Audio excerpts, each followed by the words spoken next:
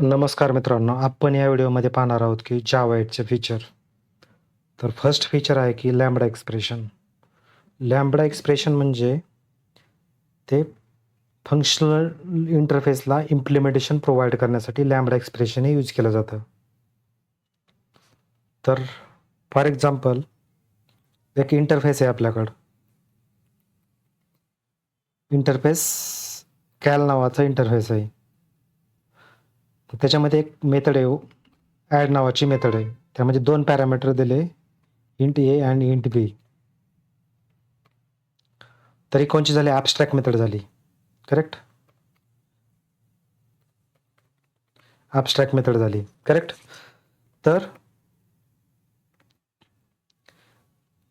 तर हा झाला फंक्शनल इंटरफेस. म्हणजे ह्याला इम्प्लिमेंटेशन करून कोण प्रोव्हाईड करणार? Lambda expression. करेक्ट? आता कसं करणार? फॉर एक्झाम्पल हाच आहे. ह्याला कसं प्रोव्हाईड करणार ह्याला implementation? For example implementation provide करायच्या आधी आपण एक त्याचा सिंटॅक्स बघू. सिंटॅक्स पाहू याचा.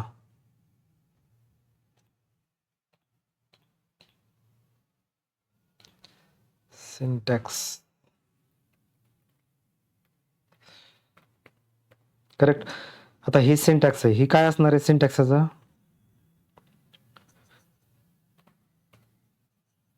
हे म्हणजे पॅरामीटर.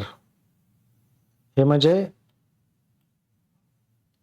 लॅम्बडा ऑपरेटर आणि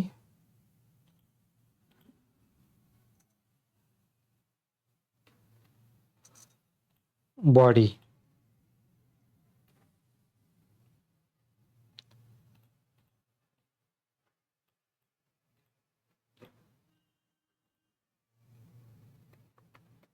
ही झाली बॉडी.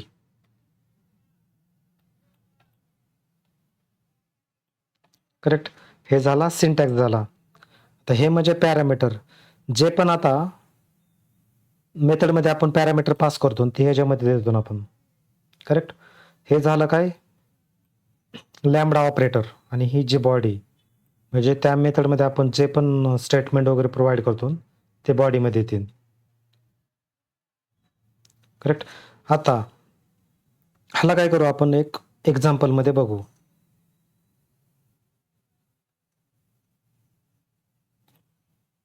आता कॅल नावाचा इंटरफेस आहे. त्यामध्ये कुठल्या नावाची? ॲड नावाची मेथड आहे.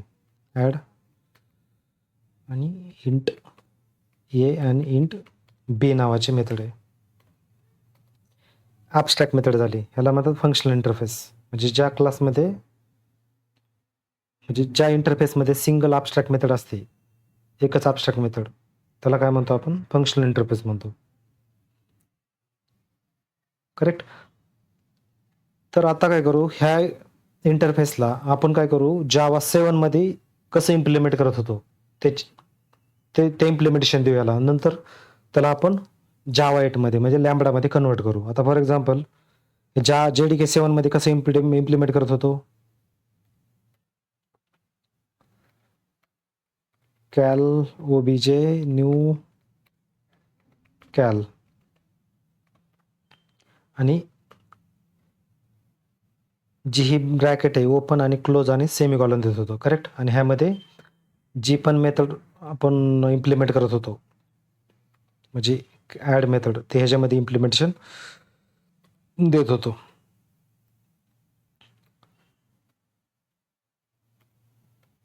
A+B थर्ड आणि ह्याला आपण कॉल करू कुठून? ओबीजे ॲड आणि ह्यामध्ये पॅरामीटर पास करू. ज्यावेळेस आपण रन करू तर आपल्याला 30 आउटपुट प्रोड्यूस होणार आहे म्हणजे भेटणार आहे. करेक्ट? कारण काय केलं ह्यामध्ये आपण जे पण पॅरामीटर होतं आता 10 आणि 20 हे पॅरामीटर 10 कुठं कोणाला जाणार? एला असाइन होणार आहे.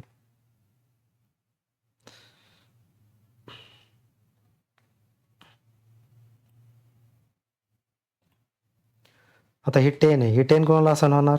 एला आणि 20 बीला. नंतर इथं कॅल्क्युलेशन वगैरे केलं. त्यानंतर हे रिझल्ट प्रोड्यूस झाला. करेक्ट.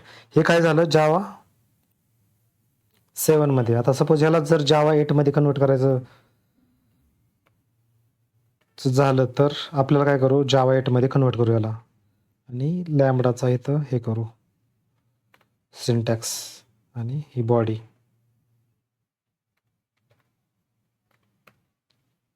आणि जे हे पॅरामीटर आहेत ते ह्या पॅरामीटर इथं राहणार.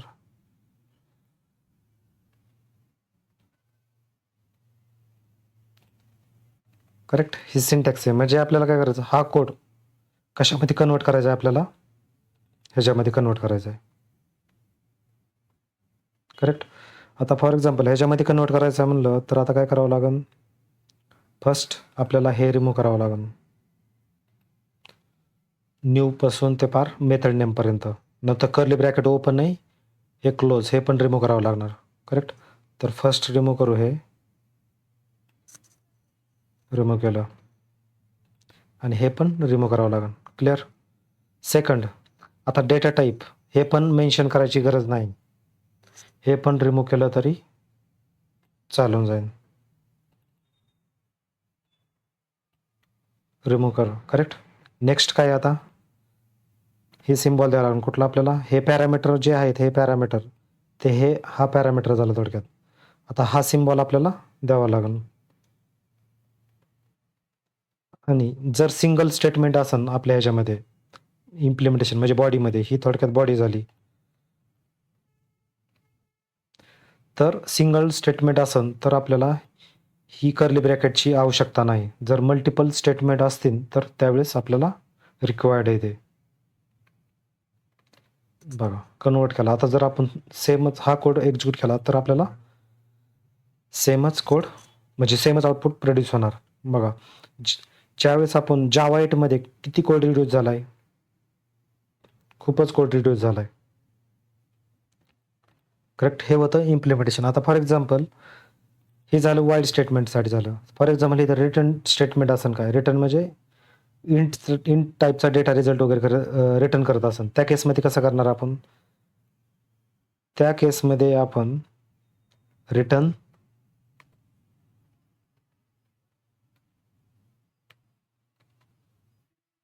आणि ह्याला कर्ली ब्रॅकेट ओपन क्लोजमध्ये आणि इथं सेमी कॉलन द्यायचं आणि ह्याला आणि जे रिटर्न केला रिझल्ट आहे आपण कशामध्ये तरी होल्ड करणार, ते प्रिंट करणार.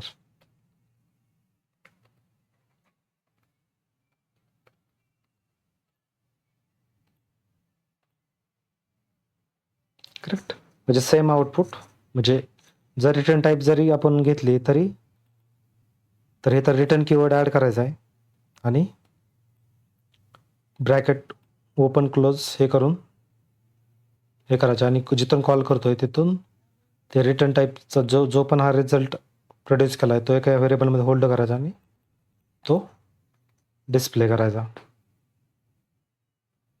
तर होतं लॅम्बडा एक्सप्रेशन. आता फॉर एक्झाम्पल अजून ह्याचे एक्झाम्पल बघू. जर आपली आता सपोज यमओन नावाची मेथड आहे आणि ह्याच्यामध्ये काहीच पॅरामीटर नाहीत, ही मेथड आहे, तर ही लॅम्बडामध्ये कशी कन्वर्ट होणार, सिम्बॉल आणि इथं बॉडी जे असेल ती आपण प्रोव्हाइड करणार. हे झालं. आता फॉर एक्झाम्पल आपल्या यामध्ये मल्टिपल ऑब्जेक्ट आहेत ह्याच्यामध्ये, फॉर एक्झाम्पल पॅरामीटर. तर आता M2 मेथड आहे त्यामध्ये 3 पॅरामीटर आहेत, A, B आणि C. तर ह्याला आपण कसं कन्वर्ट करणार ह्याच्यामध्ये लॅम्बडामध्ये, ह्याला लॅम्बडामध्ये आपण असं कन्वर्ट करणार की A, B आणि C लॅम्बडा ऑपरेटर आणि इथं बॉडी जे असेल ते असं कन्वर्ट करणार त्याला. करेक्ट. आता फॉर एक्झाम्पल तर अजून 4 पॅरामीटर असतील तर त्या केसमध्ये बी सेमच असत. Suppose A, B, A, C, D असणार, इथं D ॲड करणार आणि सेम बॉडी, म्हणजे हे होतं लॅम्बडा एक्सप्रेशन. तर लॅम्बडा एक्सप्रेशन हे कशासाठी यूज केलं जातं की फंक्शनल इंटरफेसला इम्प्लिमेंटेशन प्रोव्हाइड करण्यासाठी लॅम्बडा एक्सप्रेशन हे यूज केलं जातं. तर लॅम्बडा एक्सप्रेशनचा हा सिंटॅक्स आहे.